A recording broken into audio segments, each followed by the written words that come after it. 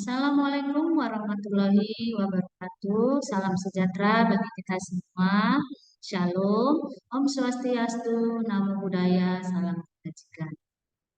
Pada inisiasi 2 untuk mata kuliah pemasaran jasa, kita akan berbicara tentang perilaku konsumen dan pemosisian jasa pada marketing mix tradisional. Yang dimaksud dengan perilaku konsumen itu adalah bagaimana seorang konsumen membuat suatu keputusan pembelian. Biasanya hal itu dilakukan sebelum pembelian, pada melakukan pembelian, dan yang terakhir adalah setelah pembelian. Nah, untuk seorang konsumen, perilaku itu biasanya didasarkan karena budayanya, sosialnya, motivasi, ataupun gaya hidupnya. Nah, itu akan menentukan bagaimana dia membeli suatu barang atau jasa. Sedangkan pemosisian jasa itu adalah menempatkan jasa pada posisi yang lebih unggul. Bagaimana sebuah perusahaan menempatkan jasanya untuk menjadi lebih unggul daripada perusahaan yang lain. Dan ini biasanya dilakukan melalui yang namanya marketing mix. Karena marketing mix untuk jasa itu terdiri dari 7P, yaitu produk, di mana bagaimana produk dalam jasa itu menentukan kualitasnya. Kemudian harga atau price, selanjutnya promosi yang dilakukan untuk memperkenalkan jasa tersebut.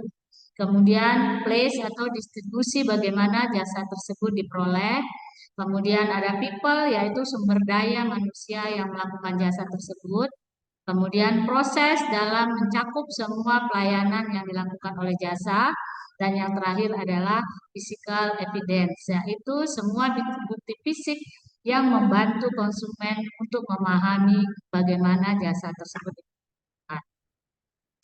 Nah, kemudian tujuan pemasaran daripada jasa tersebut itu biasanya dipengaruhi oleh bagaimana jenis jasanya, kemudian target daripada perusahaan itu, kemudian bagaimana struktur pasar yang menentukan jasa tersebut, dan bagaimana perilaku pesaing serta isu global yang ada di dalam suatu perusahaan, kemudian posisi jasa itu tersebut, dan portofolio daripada jasa tersebut.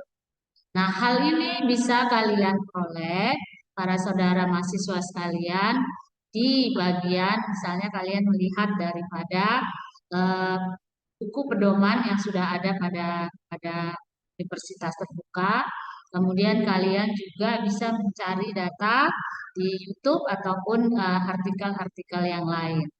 Kemudian silakan untuk menjawab diskusi yang sudah diberikan, dan ingat selalu membuat dengan kalimat sendiri. Usahakan kalian belajar untuk jangan sampai melakukan plagiat. Kalaupun misalnya kalian mengutip dari orang lain, silakan buat sumber daripada tulisan kalian, karena dengan kalimat sendiri kalian lebih banyak belajar untuk memahami dari materi inisiasi yang diberikan ini. Tetap semangat, tetap belajar, dan tetap sehat. Assalamualaikum warahmatullahi wabarakatuh.